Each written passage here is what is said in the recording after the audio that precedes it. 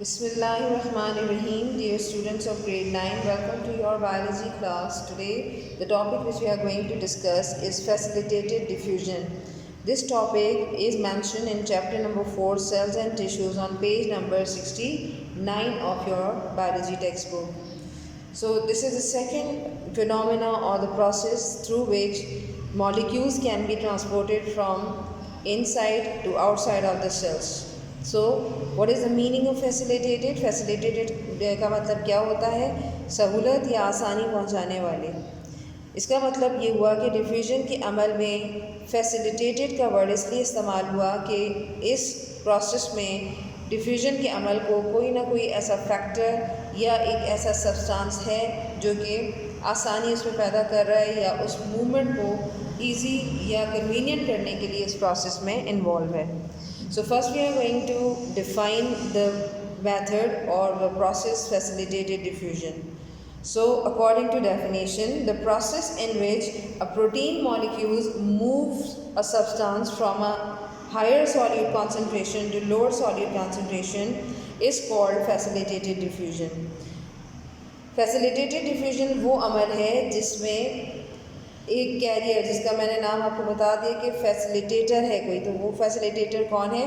That facilitator is protein molecule, यानी वो facilitate करने वाली प्रोटीन मॉलिक्यूल या सब्सटेंस कौन सा है, तो आप प्रोटीन मॉलिक्यूल के नेम से इसको याद रखेंगे।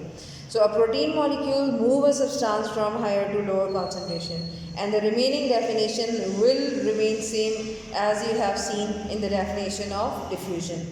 तो इसका मतलब ये हुआ कि डिफ्यूजन ही की डेफिनेशन में सिर्फ आपने क्या वर्ड ऐड करना है? Protein molecule. So remaining the definition will remain same. Now explanation, second heading will be after the definition. Many molecules do not diffuse freely across cell membrane because of their size or charge.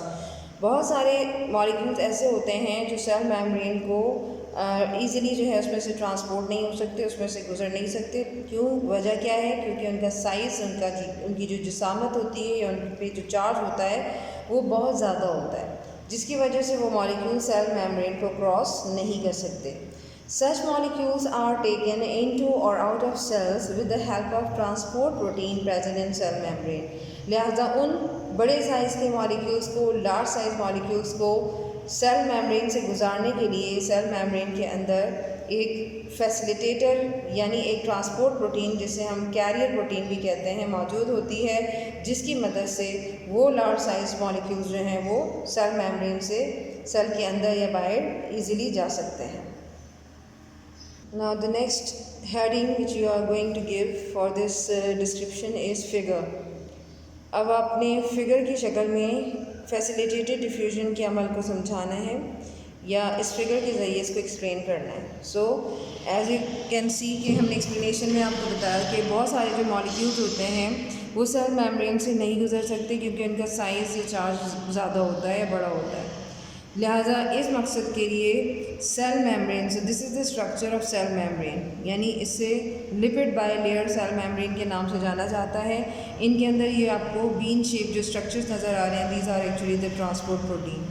So these transport proteins are present in the form of और in the embedded form inside the cell membrane and these proteins are actually responsible for the transportation of materials such as the large size or the simple, you can say the large size substances from inside to outside of the cell. तो आपने ये figure जो है वो simple सी एक draw कर देनी है along with the explanation of facilitated diffusion.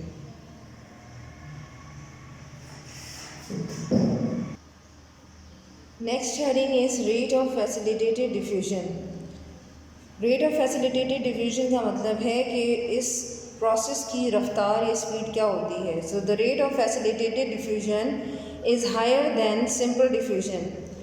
क्योंकि इस प्रोसेस में ट्रांसपोर्ट प्रोटीन इन्वॉल्व होती है, लिहाजा एक सिंपल डिफ्यूजन के मुकाबले में फैसिलिटेटेड डिफ्यूजन की रफ्तार ज़्यादा होती है। The last heading of this topic is passive transport. What is the meaning of passive transport?